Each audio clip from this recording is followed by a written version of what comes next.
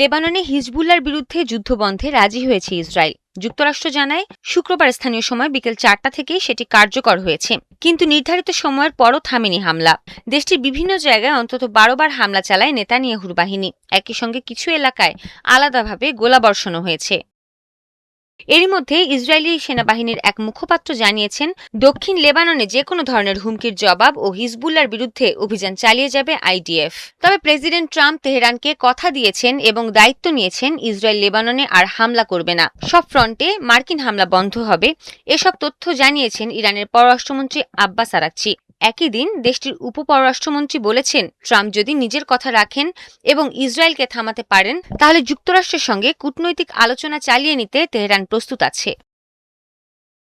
চুক্তির প্রথম ধারা বাস্তবায়নে যুক্তরাষ্ট্রের ব্যর্থতার অভিযোগ তুলে ওয়াশিংটনকে সতর্কবার্তা দিয়েছেন ইরানের পার্লামেন্টের জাতীয় নিরাপত্তা কমিটির প্রধান ইব্রাহিম আজিজি। তিনি বলেছেন, ট্রাম্প প্রশাসন তেহরানের সঙ্গে হওয়া সমঝোতা স্মারকের প্রথম ধারার প্রতিশ্রুতি রক্ষা করতে ব্যর্থ হয়েছে। চুক্তির প্রথম ধারায় উভয় পক্ষ সব ফ্রন্ট, বিশেষ করে লেবাননে সামরিক অভিযান অবিলম্বে ও স্থায়ীভাবে বন্ধ করার বিষয়ে সম্মত হয়েছিল, কিন্তু তা হয়নি। লেবাননে হামলা অব্যাহত থাকলে তাদের বড় ধরনের মূল্য দিতে হবে বলেও হুঁশিয়ারি দিয়েছেন আজিজি।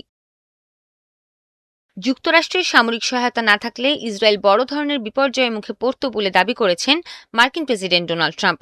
সেই সঙ্গে মধ্যপ্রাচ্যে ইসরায়েলের নিরাপত্তা ও অবস্থান অনেকটাই যুক্তরাষ্ট্রের সমর্থনের উপরই নির্ভরশীল বলেও মন্তব্য করেছেন তিনি। Obviously, we fought very well with Israel, and we've had a great relationship with Israel. We're very formidable. And Bibi Netanyahu is a warrior prime minister, and he should be acknowledged. এরই মধ্যে পারমাণবিক চুক্তি নিয়ে ইরানের সঙ্গে আলোচনার প্রথম দফায় অংশ নিতে সুইজারল্যান্ডের উদ্দেশ্যে রওনা দিয়েছেন মার্কিন হোয়াইট হাউসের বিশেষ দূত স্টিভ উইটকফ। যুক্তরাষ্ট্রের এক কর্মকর্তা এই তথ্য জানিয়েছেন। ওই কর্মকর্তা জানান, মার্কিন প্রেসিডেন্টের জামাতা জ্যারেড কুশনার এরই মধ্যে সুইজারল্যান্ডে পৌঁছেছেন। শুক্রবার জেনেভায় পূর্ব নির্ধারিত বৈঠকটি বাতিলের পর নতুন করে বৈঠকের সময় নির্ধারণ করা হয়েছে কিনা তা এখনো স্পষ্ট নয়।